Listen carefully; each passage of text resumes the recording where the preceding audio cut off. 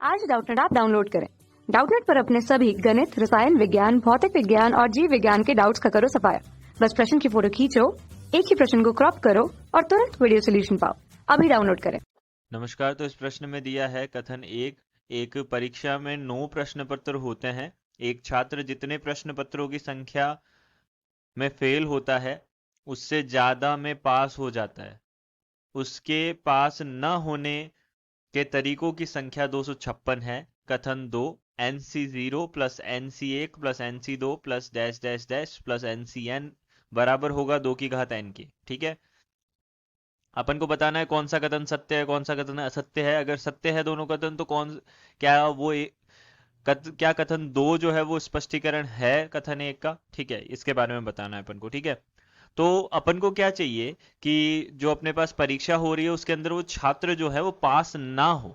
अगर ज्यादा जो अपने पास पेपर हैं, ठीक है, ज्यादा प्रश्न पत्र हैं, उनमें अगर वो पास हो जाता है और कम में फेल होता है तब तो वो पास कहलाएगा। ठीक है, और अगर वो ज्यादा में फेल हो गया, ठीक है, और कम में पास हुआ है तो वो क्या हो जाएगा, फेल हो जाएगा। ठीक है, यानी कि वो पास नहीं हो पाएगा। ठीक है, तो पास ना होने के तरीके यानी कि क्या क्या हो सकते हैं देखो।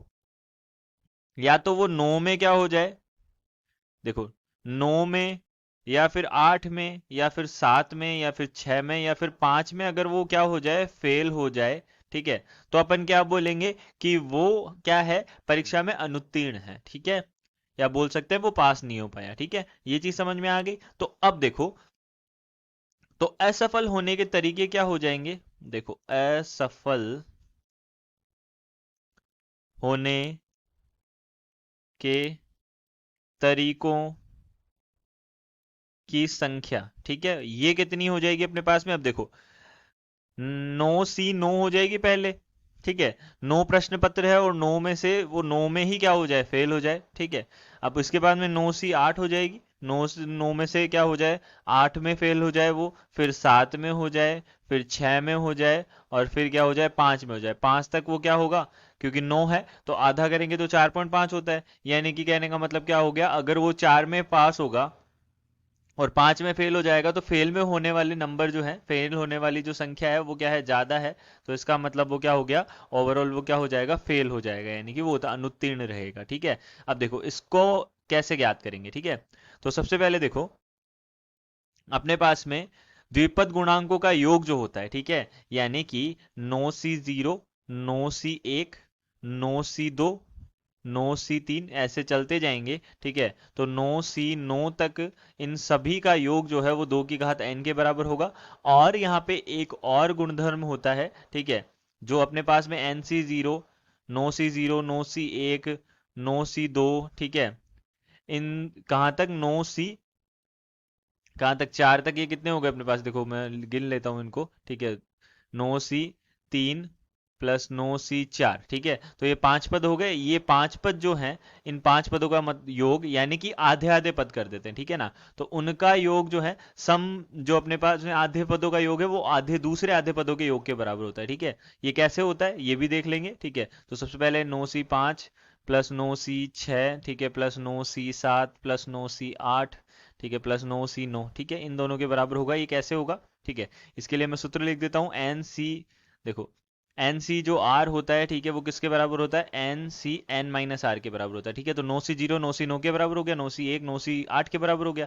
इस तरीके से चलता जाएगा। ठीक है, तो अब देखो इसके बाद, देखो इसके बाद में करेंगे इसको, तो ये कितना हो जाएगा, अब देखो 2 की घात 9/2 हो जाएगा। ठीक है, तो जो अपने पास में 9C9 plus 9C8 plus 9C7 plus 9C6 plus 9C5, ये जो है अपने पास में, ठीक है, ये कितना हो जाएगा, 2 की घात 9/2 हो जाएगा। ठीक है, यानी कि 2 की घात कितना हो जाएगा, 8, जो किसके बराबर होगा, 256 के। यही अपन को दे रखा है, यानी कि कथन 1 जो है वो अपना क्या हो जाएगा, सत्य हो जाएगा।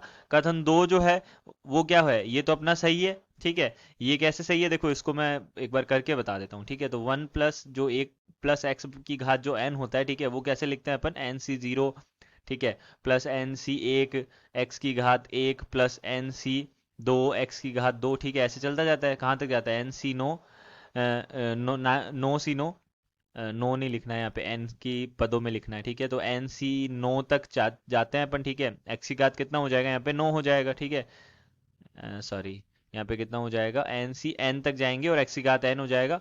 तो ये जो है, ठीक है, अगर मैं क्या कर दूं, इसके अंदर x का मान 1 रख दूं, तो मेरे पास सारे द्विपद गुणांकों का योग आ जाएगा, ठीक है। तो 2 की घात n जो है वो nc0, nc1, nc2, ठीक है।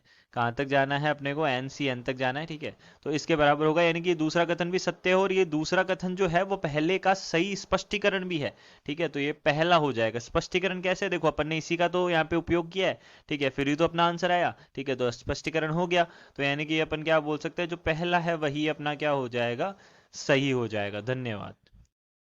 कक्षा 6 से 12वीं से लेकर नीट, IIT, JEE वो एडवांस के लेवल तक 1 करोड़ से ज्यादा छात्रों का भरोसा।